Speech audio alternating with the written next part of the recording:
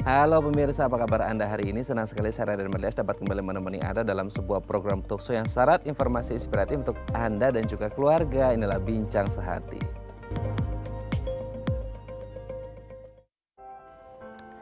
Ya pemirsa, kalau kita berbicara tentang anak-anak atau bayi memang banyak hal yang harus menjadi perhatian ya. Salah satunya mungkin penyakit yang mungkin agak mungkin kurang familiar gitu ya sama kita semua, terutama untuk para orang tua, namanya penyakit Hirschsprung. Nah, penyakit ini ternyata adalah gangguan yang terjadi di dalam usus besar yang membuat feses atau tinja ini terjebak di dalam usus, sehingga akibatnya apa? Ya kalau terjebak pasti tidak bisa keluar. Padahal kan yang namanya feses atau tinja ini kan harus dikeluarkan ya, karena kotoran tidak baik untuk kesehatan apalagi untuk bayi dan juga anak. Nah, hari ini kita akan membahas nih sebenarnya apa itu penyakit Hirschsprung pada anak. Namun sebelum membahasnya, kita akan membahas terlebih dahulu nih fun fact tentang mendidik anak mengonsumsi makanan sehat. Kita lihat satu-satu ya. Kita lihat yang pertama. Hindari mengomentari pilihan makanan anak. Ya mau tidak mau kita sebagai orang tua pasti sering ya melihat bagaimana kemudian anak-anak kita ini memilih makanan yang mungkin sekarang salah satunya adalah junk food gitu, yang tidak sehat. Nah, alih-alih kita mengomentari, aduh deh ini makanannya nggak bagus nih, ini makanannya nggak sehat. Coba jangan berfokus di situ, membuatnya malah justru lebih penasaran untuk menikmati makanan tersebut. Jadi fokusnya adalah kita di-convert nih, fokusnya adalah untuk mengalihkan supaya anak ini mau makan makanan yang sehat. Seperti itu ya. Oke, kita lanjut yang kedua. Sesuaikan kebutuhan dan cegah obesitas. Nah, memang ini kalau sebagai orang tua kita mau tidak mau harus tahu nih, maksudnya kebutuhan yang pas untuk si anak ini seperti apa, dari kebutuhan gizinya, nutrisinya, dan lain sebagainya. Dan kita juga harus ngerti bahwasanya, oh ini edukasi yang baik juga untuk orang tua. Makanan mana yang bisa mengarah pada obesitas, mana juga makanan yang bisa lebih menyehatkan. Karena kita tahu apalagi di masa pandemi ya, di mana mungkin aktivitas fisik anak ini menjadi sangat minim sekali. Penting bagi orang tua untuk mencegah obesitas, karena takutnya anaknya makan, tidur, makan, tidur. Mungkin SFH pun, belajar dari rumah pun, secara online pun banyak yang akhirnya sambil tidur. Nah, ini nggak bagus juga untuk kesehatan anak gitu ya. Oke, kita lanjut yang selanjutnya. Menikmati makanan. Nah, sering kali nih kan ya, namanya anak-anak itu kan nature-nya adalah bermain, berlari-lari dan lain sebagainya. Nah, kadang-kadang mereka itu kan sambil disuapin, sambil makan, sambil lari sebentar gitu ya. Makannya sedetik, larinya bisa 5 menit seperti itu. Nah, makanya kalau bisa ajarkan dari dini bagaimana cara anak kita bisa menikmati makanan, karena ini juga berpengaruh penting pada psikologis mereka untuk jauh lebih menikmati makanan dan mereka bisa enjoy dengan makanan yang jauh lebih sehat gitu ya. Oke, kita lanjut yang selanjutnya. Ajak anak memasak bersama. Nah, ini juga penting pemirsa. Jadi gini, kalau kita sebagai bunda khususnya ya, itu ketika ngajakin anak masak bareng gitu ya, kita bisa sambil diskusi sama anak nih pemirsa. Maksudnya, kakak mau apa nih? Yang ini ya, oh yang ini, bahan yang ini gitu. Nah, nanti sambil dijelaskan, kak kalau bahan yang ini bagus loh, ini vitamin A bagus untuk kesehatan mata kakak gitu. Nah, kalau yang ini vitamin C bagus untuk daya tahan tubuh kakak. Jadi selagi kita lagi masak bareng sama anak-anak, secara tidak langsung kita mengedukasi, ngajarin mereka, mendidik mereka tentang betapa bermanfaatnya makanan sehat untuk mereka. Jadi mereka bisa pilih nih, kakak mau sehat atau sakit? Kalau mau sehat pilih yang ini, seperti itu ya. Oke, kita lanjut yang terakhir. Ajak makan bersama keluarga. Nah, ini salah satu poin penting adalah dimana kalau kita ngomongin keluarga, terutama orang tua, ini kan role model ya, contoh atau panutan. Nah, ketika anak setiap hari makan bersama keluarga terus ngeliatin papa mamanya sama kakaknya, mungkin ya kelihatannya kok makanannya yang sehat-sehat terus dan kayaknya lahap dan enak kayaknya. Nah, ini juga bisa menjadi contoh untuk anak-anak Anda untuk kayaknya mau apa, suka dengan makanan itu, aku juga mau suka deh gitu. Oke, itu dia tadi beberapa fun fact mendidik anak mengonsumsi makanan sehat, dan kami akan membahasnya sesaat lagi. Tetap bersama kami di Bincang Sehati.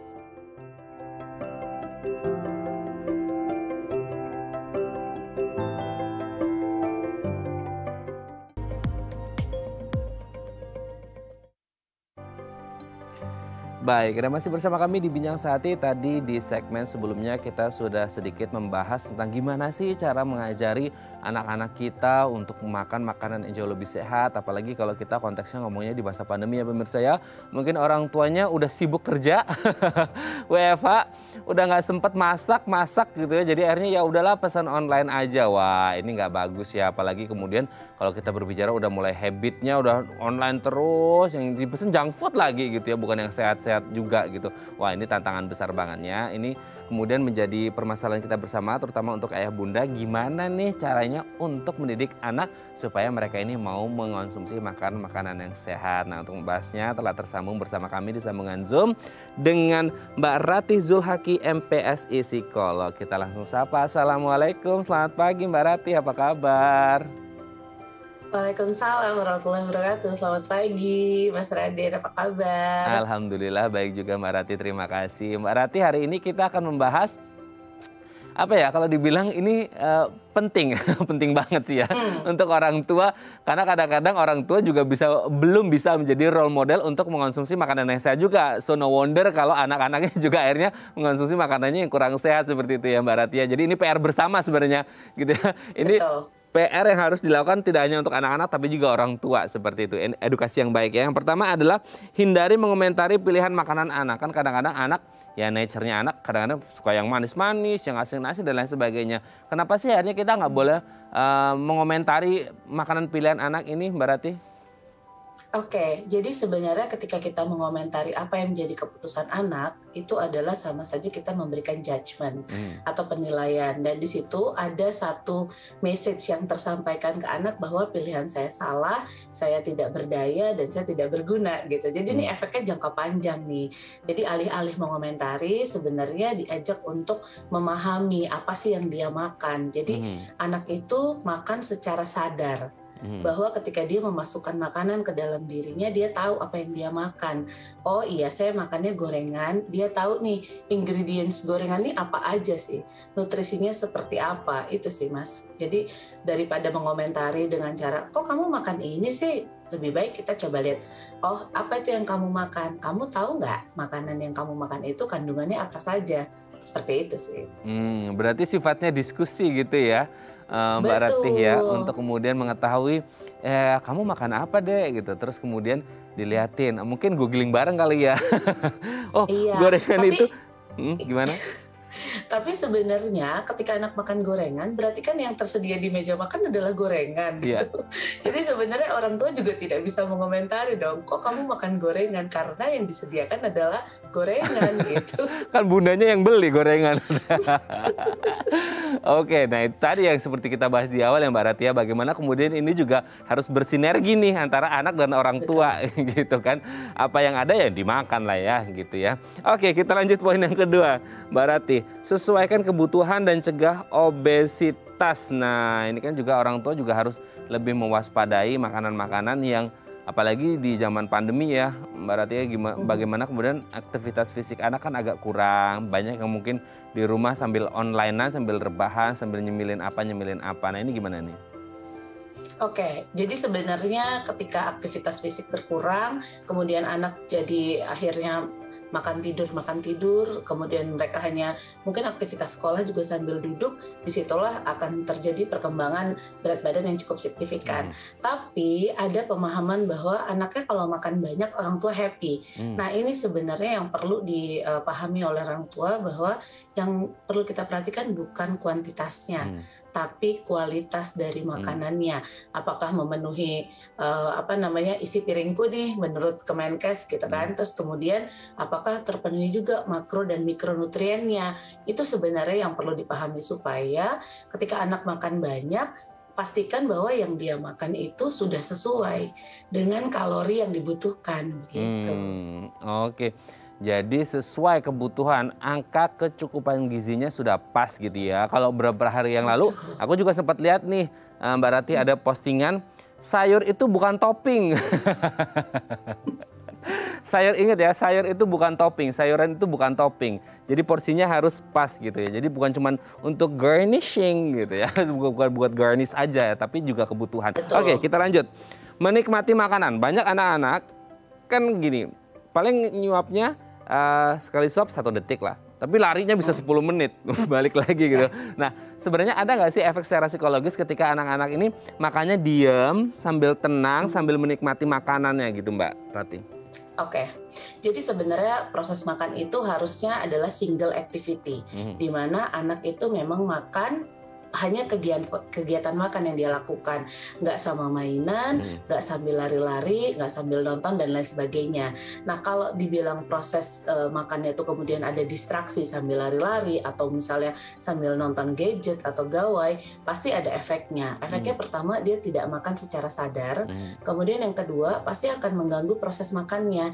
Jadi ketika makan tuh dia nggak fokus dengan makanan yang dia makan, bahkan sinyal lapar atau kenyangnya jadi nggak terdeteksi oleh anak karena dia fokusnya teralih ke hal lain. Lari-lari, kalau orang tua kan misalnya targetnya nasi atau sayur dalam piring habis nih, padahal sebenarnya bukan itu target kita kan. Anak tuh tahu apa yang dia makan dan dia tahu kalau dia kenyang, dia akan bilang aku udah kenyang, stop. Nah itu harus kita hargai, kita harus stop. Jadi kita tidak boleh memaksakan ketika anak mengatakan kenyang. Tapi kalau sambil lari-lari, anak tidak akan sadar bahwa dia sudah kenyang atau dia masih lapar. Seperti itu sih. Jadi akan mengganggu proses makannya.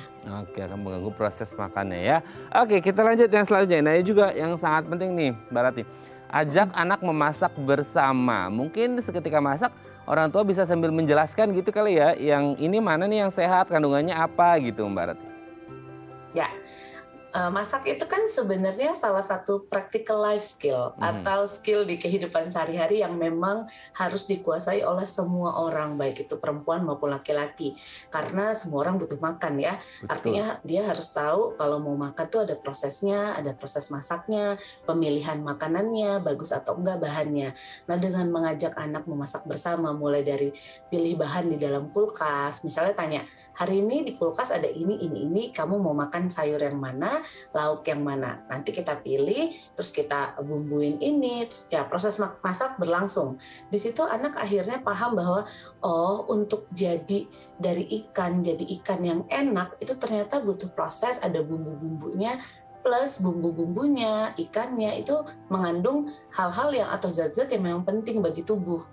Nah, di situ bisa kemudian diberikan edukasi ke anak tentang apa yang dia makan, kandungannya apa saja, vitaminnya apa saja, dan fungsinya untuk diri mereka itu apa di jangka panjang gitu. Jadi anak itu belajar untuk memahami bahwa makan itu bukan hanya sekedar kenyang, tapi makan itu adalah memenuhi kebutuhan nutrisi tubuhnya dia. Oke, jadi saya suka nih, makan tidak hanya untuk kenyang ya, tapi untuk kebutuhan gizi dan kehidupannya ke depannya yang bisa menunjang masa depannya juga. Jadi kalau mungkin anaknya cita-citanya pengen jadi apa deh, jadi dokter, ya udah kalau pengen jadi dokter harus sehat dari sekarang, makan makanan sehat. Nah, itu juga bisa menstimulat mereka juga gitu ya Mbak Rati ya. Oke, yang terakhir adalah mengajak anak untuk bisa makan bareng sama keluarga. Mungkin ini tendensinya adalah lebih kepada bagaimana kemudian orang tua juga menjadi role model nih, dihadapkan pada satu kenyataan di mana ketika di meja makan orang tua harus mencontohkan makan makanan yang sehat. Secara tidak langsung anak juga akan mencontoh, karena kan kita tahu anak itu adalah peniru yang ulung gitu ya Mbak Rati ya, atau gimana tuh? Ya. Betul, children do ya Mas. Yeah. Jadi sebenarnya yang paling terpenting adalah ketika kita minta anak kita makan sayur, tapi kemudian kita nggak makan sayur, itu agak aneh sih gitu. Jadi anak akan melihat, kok aku makan sayur, ayah atau ibu enggak gitu. Jadi memang periode makan bersama itu adalah kita memberikan contoh bahwa makan itu ya dinikmati.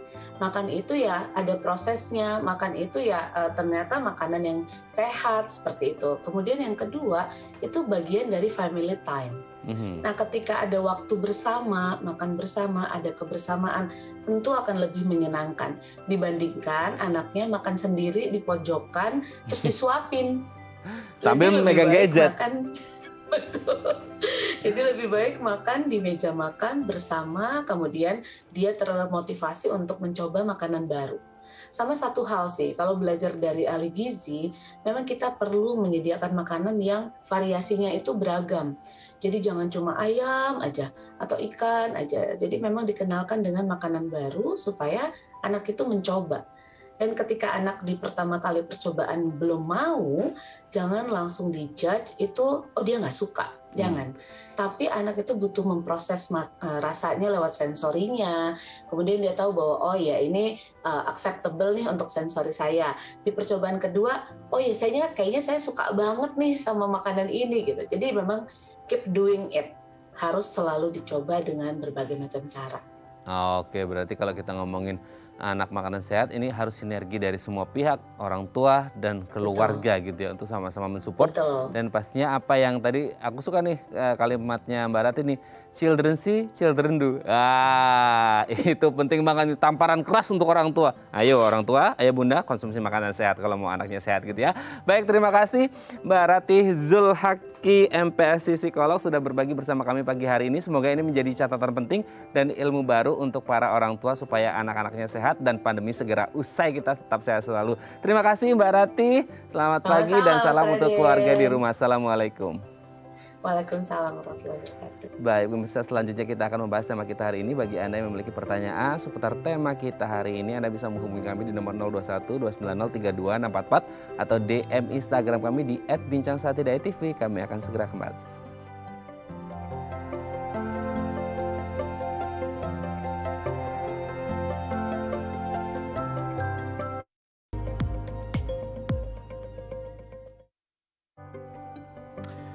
Baik, Anda masih bersama kami di Bincang Sehati dan kita masih membahas tema kita hari ini, kenali penyakit heat sprung pada anak. Bagi Anda yang memiliki pertanyaan seputar tema kita hari ini, Anda bisa menghubungi kami di nomor 021 290 32 644 atau DM Instagram kami di @bincangsahatidayatv. Nah, untuk membahasnya telah tersambung nih bersama kami di sambungan Zoom dengan Dr. Budi Purnomo SPAK, spesialis anak dari RSAB Harapan Bunda. Selamat pagi Dr. Budi, apa kabar?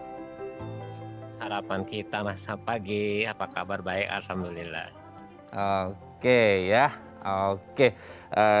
Dok, kita akan membahas tentang apa itu penyakit heat sprung, dok. Iya. Penyakit Hirschsprung itu adalah suatu kelainan bawaan ya, jadi kongenital. Itu yang menyebabkan usus besarnya atau kolon bagian distal itu sel-sel saraf parasimpatisnya tidak ada, tidak berfungsi. Sehingga kalau ada feses sampai kolon bagian ujung itu tidak ada refleks untuk mengedan, sehingga akhirnya menumpuk, Mas Raden, di situ ya. Dia lama-lama usus yang di atasnya membesar sehingga terjadi sumbatan. Itu sih, Mas. Oke ya, penyakit heat sprung itu seperti itu ya, dokter ya. Nah, sebenarnya yang terjadi ini heat sprung ini sebenarnya pada bayi saja atau sebenarnya bisa pada usia yang lain ini, dokter Budi? Iya, jadi sebenarnya ini kelainan bawaan, jadi kongenital. Jadi tergantung derajatnya ringan atau berat. Kalau derajatnya berat, berarti sel-sel di bagian ususnya hampir tidak ada sama sekali, sehingga dari bayi lahir sudah terdeteksi itu, Mas. Jadi kalau yang ringan yang masih bisa berfungsi itu anaknya agak besar baru terdeteksi. Oke dok. Tapi kalau kita berbicara tentang bayi atau mungkin usia lain yang teridentifikasi heat sprung ini sendiri, sebenarnya yang terjadi apa, dok? Maksudnya pernah nggak dokter menemukan kasus heat sprung ini, semisal di Rumah Sakit Harapan kita gitu ya, menemukan ada penyakit heat sprung pada anak gitu? Ya, jadi sebenarnya kalau yang kelainannya berat itu lebih gampang. Jadi beberapa hari dia sudah tidak buang air besar, makin lama perutnya makin membuncit, makin ada muntah. Yang justru yang sulit kalau yang ringan nih. Ringan dia masih bisa buang air besar, masih dia lama-lama jadi nya jadi diare, itu disangkanya bukan konstipasi, ada muntah, berat badan tidak naik. Jadi memang dominasinya adalah gangguan di BAB-nya yang kita sebut dengan konstipasi atau sembelit, Mas. Oke, nah kalau kita berbicara tentang jenis-jenisnya, dok, sebenarnya ada nggak sih jenis-jenis penyakit heat sprung ini sendiri, dok? Jenisnya sih tidak ada, Mas. Jadi cuma derajatnya aja dari ringan sampai berat. Makin dia berat, makin terdeteksinya lebih awal. Jadi makin ringan, terdeteksinya makin sulit tuh, makin anak yang besar. Oke. Tapi sebenarnya kalau kita berbicara tentang pendeteksian, ini sebenarnya bisa dideteksi dari awal atau gimana itu, dok? Dari awal bisa, Mas, karena kan begitu dia lahir itu harusnya dalam 24 jam feses yang nama kita sebut mekonium yang cairan hitam itu sudah harus keluar. Kalau dalam 48 jam belum keluar, kita harus waspadai ini. Kenapa dia belum keluar? Kita cari penyebabnya atau ada penyakit yang lain. Oke, nah kalau untuk mengidentifikasinya sendiri mungkin ada nggak sih dok gejala-gejala yang dia khusus terjadi yang lebih spesifik? Oh ini ketika bayi ini atau anak ini mengalami Hirschsprung ini sendiri gejalanya pasti yang seperti ini gitu dok? Yang lebih gampang adalah dia buang air besarnya terlambat. Oh. Jadi sembelit ya. Tapi kita harus pastikan kadang-kadang kan kalau kita pakai ASI full itu juga buang air besar tidak setiap hari. Jadi kalau anak kita buang air besarnya terlambat atau berapa hari sekali, kita lihat perutnya tambah membesar atau tidak, serta dengan muntah atau tidak. Jadi kalau tidak ada gejala apa-apa yang lain sih, alhamdulillah ya, karena pakai full ASI memang BAB tidak setiap hari. Tapi kalau dia walaupun full ASI tapi BAB tidak setiap hari, ada perutnya tambah membuncit, tambah muntah, kadang-kadang juga jadi diare, itu kita harus waspadai. Ini kasusnya ketika terjadi di usia berapapun gejalanya mungkin hampir mirip-mirip atau ada beda dok? Hampir mirip-mirip ya. Jadi justru yang agak susah yang agak besar, yang kelainannya ringan, karena nanti dia bisa buang air besar, nanti dia kadang-kadang kan orang tua sudah pakai mikrolaks keluar, disodok ke duburnya, ngobatin sendiri, jadi lama-lama dia bisa terselubungi gejalanya, sehingga yang tampak adalah dia memang ada gangguan buang air besar, berat badan tidak naik, segala macam, muntah-muntah segala macam, itu harus kita waspadai. Oke. Dok, ini kan kalau kita sebagai orang awam, maksudnya penyakit Hirschsprung ini kita jarang banget, mungkin kita baru sekali atau 2 kali dengar gitu ya. Yang mungkin dalam pikiran kita adalah ini mungkin ada kasusnya, cuman kita nggak ngerti namanya gitu. Nah sebenarnya kalau kita berbicara ini sebenarnya penyakit langka atau enggak sih dok, yang kemudian terjadi pada bayi ataupun anak-anak, dan mungkin selama dokter praktek gitu ya di RSAB Harapan Kita, sebenarnya ada nggak pernah menemukan kasus seperti ini dok? Memang agak langka ya. Jadi secara itu kita dapatkan 1 dari sekitar 3.570 kelahiran. Ya. Jadi kalau di Indonesia sih mungkin kurang dari 150.000 per tahun. Jadi memang sangat langka. Tapi kalau di RSAB cukup lumayan banyak, karena kan RSAB Pusat Kesehatan Ibu dan Anak Nasional ya. Jadi rujukan dari seluruh daerah ya. Oke. Nah, kemudian kita kalau berbicara tentang faktor risiko atau penyebabnya ini sebenarnya apa sih dok yang akhirnya kemudian si bayi itu, si anak ini akhirnya mengalami Hirschsprung ini?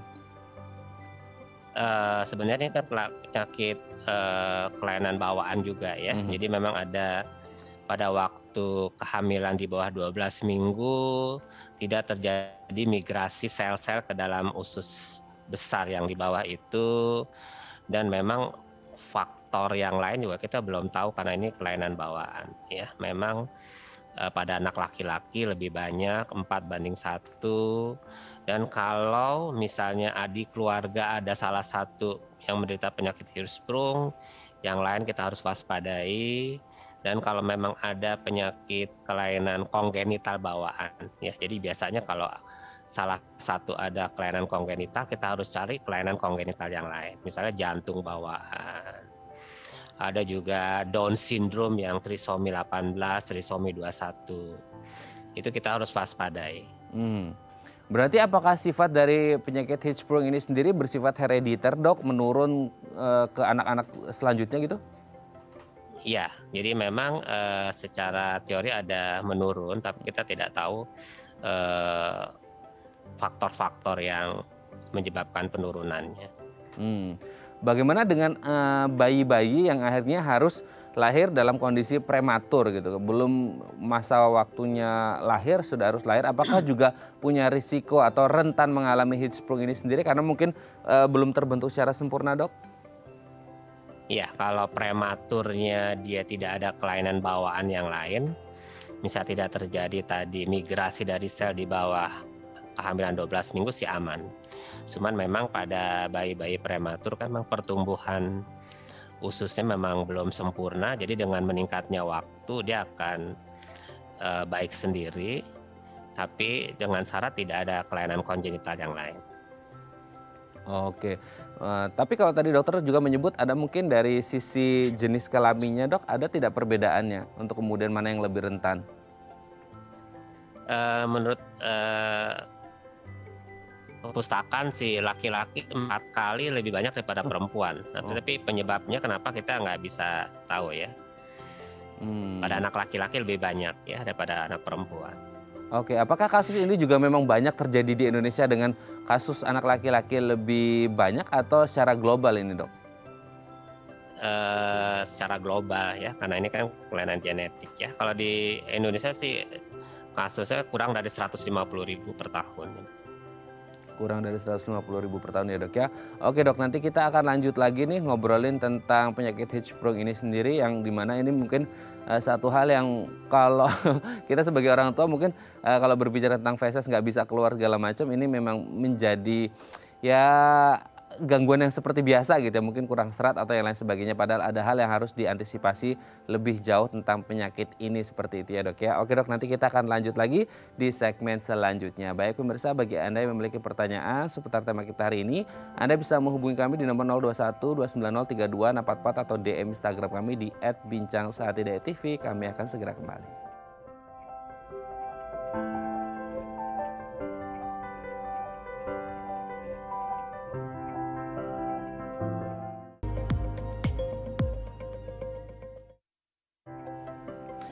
Baik, Anda masih bersama kami di Bincang Sehati dan kita masih membahas tema kita hari ini yang sangat dibutuhkan informasinya, terutama untuk para bunda, apalagi untuk mereka yang baru first timer ya, baru pertama kali memiliki anak dan ternyata harus diberikan anugerah gitu yang lebih sama Tuhan untuk merawat bayi atau anak yang memiliki salah satu penyakit langka, namanya penyakit Hirschsprung ini sendiri. Nah, bagi Anda yang memiliki pertanyaan seputar tema kita hari ini, Anda bisa menghubungi kami di nomor 021 290 32 644 atau DM Instagram kami di @bincangsaatidayatv. Masih bersama dengan Dr. Budi Purnomo SPAK, spesialis anak dari RSAB Harapan Kita. Kita lanjut lagi ya Dr. Budi ya. Dok, ini kalau kita ngomongin tentang biasanya nih ya, biasanya ya dok ya, kalau kita ngomongin penyakit langka, mungkin prevalensinya kecil, tapi tingkat mortalitasnya bisa sangat tinggi seperti itu. Nah, apakah ini juga berlaku bagi penyakit Hirschsprung ini sendiri? Prevalensinya kecil, langka gitu ya, tapi kemudian tingkatnya mortalitasnya bisa lebih tinggi dengan jumlah tingkat kematian yang ya lumayan tinggi juga gitu dok. Gimana nih Dokter Budi? Ya memang dengan penyakit Hirschsprung ini kalau tidak ditangani dengan baik ya, itu tingkat kematian sekitar 80%. Tapi walaupun juga ditangani itu masih ada sekitar 30% karena memang ini efeknya jangka panjang Mas. Ya, jadi memang kalau tidak ditangani dengan baik, dia tambah ada komplikasi-komplikasi, jadi infeksi. Kan dengan menumpuknya kotoran di dalam kolon, itu tempat berkembang biaknya kuman, sehingga jadi radang di usus yang kita sebut enterokolitis. Kemudian juga ususnya makin lama makin besar, yang di atasnya karena ada sumbatan. Sehingga nanti pada waktu penyambungan juga akan menyulitkan dan berat badan juga tidak naik. Ya, sehingga nanti pada waktu operasi juga menyulitkan karena pada operasi itu memerlukan berat badan tertentu. Oke. Tapi sebenarnya ketika tadi kan dokter menyebut kalau tidak ditangani dengan baik, tingkat mortalitasnya bisa sampai 80%, pun kalau ditangani dengan sedari awal masih ada potensinya 30%. Kan 30% itu juga masih lumayan tinggi ya dok ya, seperti itu. Iya lumayan itu. Lumayan tinggi gitu. Lalu ketika kita berbicara tentang kasus yang sudah pernah terjadi gitu ya, entah itu secara global atau di Indonesia sendiri, apakah dokter ada mungkin pernah baca jurnal literasinya atau ada riskesdasnya juga terkait dengan penyakit Hirschsprung ini sendiri, tingkat kematiannya seperti apa itu dok kalau di Indonesia? Kalau di kita akhirnya meninggalnya karena infeksi aja, kita sebut sepsis ya Mas ya. atau juga karena dia mungkin berat badan nggak naik, gizi kurang, karena diare dianggap diare biasa, jadi meninggalnya karena dehidrasi. Ya tapi sih kalau alhamdulillah di RSAB harapan kita itu tingkat kematiannya kita bisa tekan di bawah 10%, Mas. Ya karena kita skillnya sudah bagus, peralatan sudah lengkap. Tapi dengan syarat memang datangnya tidak terlambat ya, karena kalau terlambat kan kita harus perbaikin gizinya dulu. Untuk teknik untuk menyambung usus yang besar ke yang kecil kan itu memang agak susah ya. Jadi memang setelah itu pun perawatannya, kontrol teraturnya, sehingga tidak pada waktu operasi tidak terjadi kebocoran, itu juga menyumbang tingkat kematian. Tingkat kematian ya.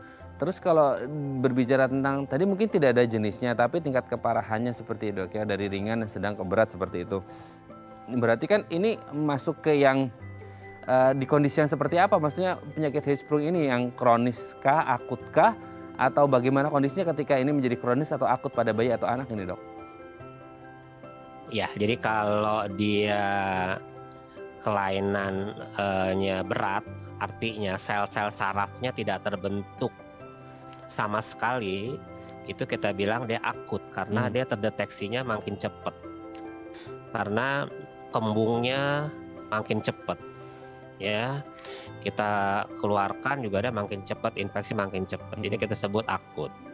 Justru yang kelainannya ringan ini yang kita sebut dia bahkan jadi kronik, karena kan kadang-kadang orang tua dia tidak buang air besar, pakai mikrolak disodok keluar, nanti seminggu lagi sodok lagi. Nah ini yang menyebabkan dia tidak terdeteksi penyakit Hirschsprungnya, yang tapi menyebabkan nanti dia diare, konstipasi, terus juga menyebabkan berat badan nggak naik, panas-panas terus. Nah ini yang kita sebut dia kronik ya. Kroniknya karena dia tidak terdeteksi. Oke. Dokter Budi, sebelum kita lanjut, kita bacakan dulu ada DM Instagram dari pemirsa Bincang Sehati ya dok ya. Ini dari Ibu Dinda ini. Bayi saya usia 2 tahun, sudah 5 hari ini belum BAB. Dan saat kentut harus mengejang dulu. Waduh kasihan ya. Padahal sebelumnya BAB lancar tiap hari atau 2 hari sekali. Apakah kondisi seperti itu bahaya nih dok? 2 tahun 5 hari belum BAB. Kentut harus ngejang dulu. Wah gimana nih dokter Budi? Jadi istilahnya kalau dia konstipasi ya, jadi harus yang paling bagus anak setiap hari atau 2 hari sekali harus buang air besar. Kalau tidak buang air besar, apakah dia hanya fungsional, kurang serat, kurang minum, kurang buah, atau ada penyakit yang lain? Kalau misalnya dia hanya fungsional, dia 2 tahun itu baru pertama kali. Tapi kalau yang sudah kelainan bawaan atau patologi pasti dari kecil, bukan baru sekali 2 kali, udah bulanan, udah tahunan. Itu kita harus cari, karena kotoran yang di dalam perut itu kalau tidak dikeluarkan akan berkembang biak kuman, menimbulkan gas, jadi kentut-kentut terus. Nanti penyerapan juga nggak mau, jadi makan juga susah karena kembung terus, sehingga berat badan nggak naik. Itu efek jangka panjangnya sih. Ya, yang penting anak itu paling lama 2 hari, paling lama 3 hari harus buang air besar. Kalau tidak harus kita cari, jangan dianggap biasa. Yang kadang-kadang kan bapaknya juga dulu begitu, buang airnya susah. Ya, yang kakaknya juga begitu. Jadi itu buang air besar yang terlambat itu dianggap biasa. Oke, berarti ini sebenarnya ini juga mungkin menjadi pertanyaan juga dok, bedanya antara konstipasi orang susah keluar karena fungsional dengan Hirschsprung ini sendiri ada bedanya nggak dok? Kan sama-sama susah keluarnya itu dok. Kalau yang fungsional sih dia belum terlalu lama mas. Dia waktu kecil lancar-lancar segala macam, nggak ada masalah. Baru beberapa hari atau minggu ini yang ada kelainan. Tapi kalau yang sudah Hirschsprung biasanya dari bayi dan kecil sudah mulai ya berulang dan juga badan nggak naik. Itu harus kita pikirkan juga mas. Berarti bedanya kalau konstipasi mungkin kayak umur setahun 2 tahun lancar-lancar aja, BAB-nya nggak ada masalah apa-apa gitu ya dok ya, tiba-tiba muncul, nah itu bisa dikatakan konstipasi seperti itu ya, fungsional. Tapi kalau kita Iya. berbicara heat stroke, memang sudah gejalanya sedari bayi lahir sudah mulai menunjukkan tanda-tandanya gitu ya dok ya? Iya. Jadi berat badan juga nggak naik, ada keluhan yang lain, bukan hanya konstipasi aja. Itu harus kita waspadai. Kalau misalnya yang fungsional, dikasih makanan yang berserat, banyak minum, ada toilet training, ya itu akan ada perbaikan. Kalau Hirschsprung tidak akan perbaikan. Oh, oke. Berarti kalau kasusnya seperti Bu Dinda tadi di DM Instagram, ini lebih condong ke konstipasi ya dok ya? Karena baru muncul setelah usia 2 tahun gitu. Iya, sementara konstipasinya fungsional. Berarti Coba makan sayurnya yang berserat dibanyakin, minumnya dibanyakin, kasih buahnya, coba itu lagi. Mas sudah diminum banyak, serat banyak, buah banyak, coba kontrol ke dokter untuk dilihat apakah fungsional atau patologis. Oke ya, semoga ini bisa menjawab pertanyaan dari Bu Dinda dan semoga sang buah hati juga cepat sehat ya, lancar lagi BAB-nya. Salam untuk keluarga di rumah. Terima kasih Bu Dinda. Dok, kita lanjut lagi. Kalau tadi kan dokter menyebut memang Hirschsprung ini gejalanya dimulai dari bayi gitu dan itu berlanjut terus gitu. Nah, pertanyaannya kan ketika kita sudah mengetahui bahwa si bayi ini mengalami Hirschsprung, mau nggak mau kan tetap harus melakukan pengobatan ya dok ya, karena untuk mengantisipasi hal-hal buruk yang mungkin saja terjadi meskipun akhirnya tadi masih ada risiko kurang lebih di angka 30% seperti itu. Tapi kalau kita berbicara bayi kan memang masih ringkih dok, maksudnya ya segala sesuatunya masih ringkih. Pengobatan seperti apa dok yang harus dilakukan supaya penyakitnya sembuh, bayinya juga tetap aman gitu dok? Iya, jadi memang harus kita waspadai mas. Jadi semakin dia berat, diagnostiknya semakin dini, operasinya semakin cepat. Jadi memang kalau memang dia berat, dia harus operasi. Nggak ada tawar-menawar lagi. Makin ditunda, makin infeksi, dan makin usus yang di atasnya karena ada sumbatan, itu akan melebar, nanti pada waktu operasi juga akan menyulitkan. Ya, jadi kalau yang ringan sekali sih masih bisa ditunggu.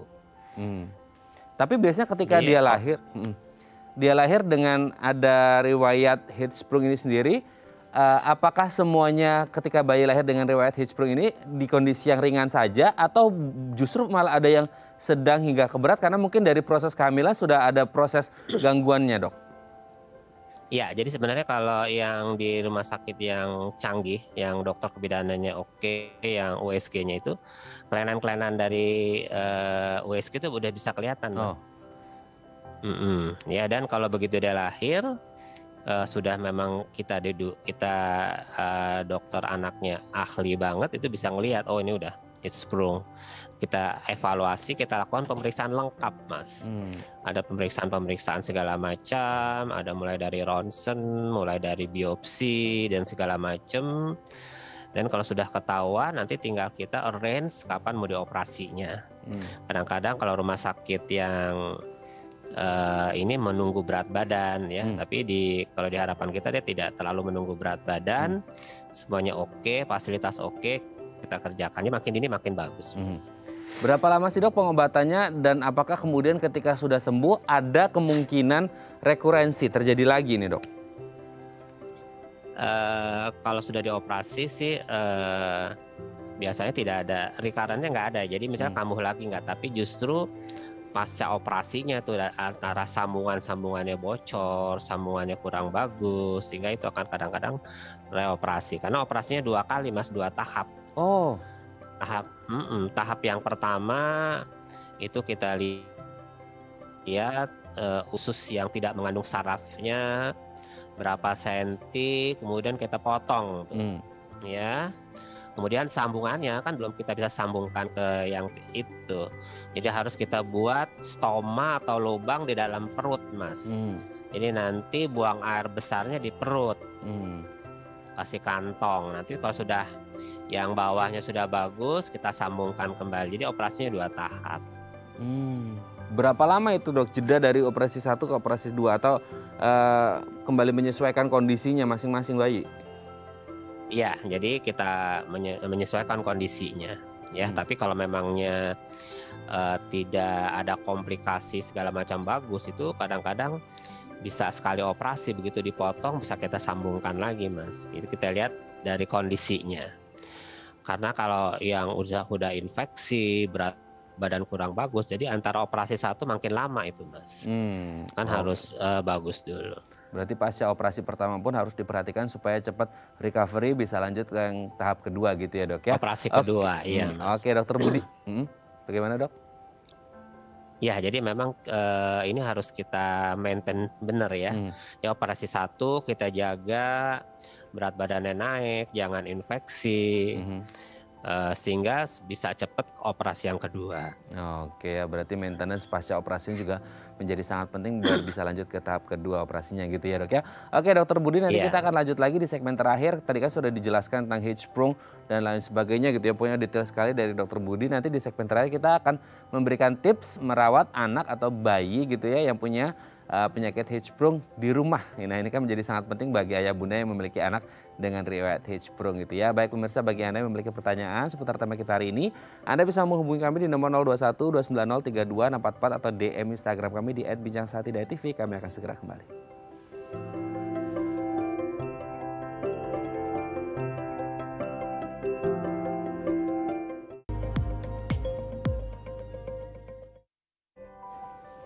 Baik, Anda masih bersama kami di Bincang Saati dan kita masih bersama dengan Dr. Budi Purnomo SPAK, spesialis anak dari RSAB Harapan Kita. Kita lanjut lagi ya Dr. Budi ya, segmen terakhir ini kita akan membahas tips gitu ya. Apa sih yang harus kita lakukan ketika kita merawat anak atau bayi dengan riwayat Hirschsprung di rumah seperti itu. Yang pertama adalah berikan anak makanan berserat tinggi. Berserat tinggi mungkin kalau kita ngomongin fungsional kan salah satunya untuk mencegah konstipasi. Tapi untuk Hirschsprung juga bisa bermanfaat ya Dok ya, atau seperti apa nih? Iya, supaya buang air besarnya nggak keras, karena kan kalau dia keras tambah susah lagi, Mas. Oke, berarti secara tidak langsung ini bisa berpengaruh pada mungkin ya, ini meminimalkan atau mengurangi tingkat risiko dari Hirschsprung ini sendiri atau gimana tuh Dok? Iya, jadi kalau dia bukan Hirschsprung, supaya buang air besarnya lancar, supaya tidak terjadi infeksi, karena kalau tidak lancar akan tempat berkembang biaknya kuman, Mas. Kalau dia sudah Hirschsprung, supaya EE-nya bagus, kan dia EE-nya ada dalam kantong, nanti kalau dalam perut ya Mas, ada lubang di perutnya itu. Oke, tetap membantu ya meskipun akhirnya pupnya pun masih harus di dalam kantung, di dalam perut ya Dok ya? Iya. Oke. Dok, selanjutnya yang kedua adalah perbanyak cairan gitu. Seberapa penting akhirnya cairan yang masuk ke dalam tubuh bayi ini menjadi sangat penting, kan kita kalau ngomongin bayi kan masih seputar ASI gitu Dok. Gimana tuh? Iya, jadi memang cairan ini sangat penting sekali karena dengan cairan yang cukup maka feses tidak keras, jadi lembek ya. Karena ya kalau kita hitung bisa 100 mili per kilogram berat badan lah untuk yang maintenance. Jadi kalau bisa di atas sedikit 125 kita naikkan supaya tidak dehidrasi, tidak fesesnya tidak keras, jadi supaya lebih bagus fesesnya. Oke, kalau untuk range di usia anak-anak Dok, maksudnya sudah bisa bergerak, beraktivitas secara fisik gitu ya, olahraga mungkin yang ringan-ringan seperti berlari segala macam, ini juga ada pengaruh nggak sih Dok? Iya, jadi kalau dia sering olahraga, berarti kan pergerakan ususnya bagus, sehingga fesesnya juga lancar keluar. Kadang-kadang kalau dia malas olahraga, pergerakan ususnya bagus, jadi fesesnya nggak turun ke bawah, jadi kayak di jalanan macet gitu, Mas.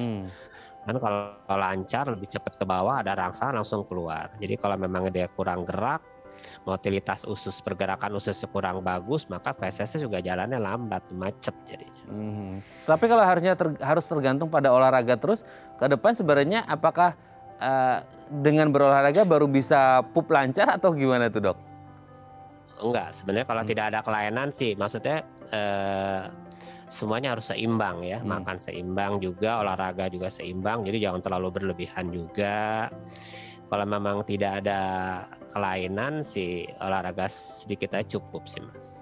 Oke ya, untuk menstimulat itu supaya lancar gitu ya dok Iya, ya.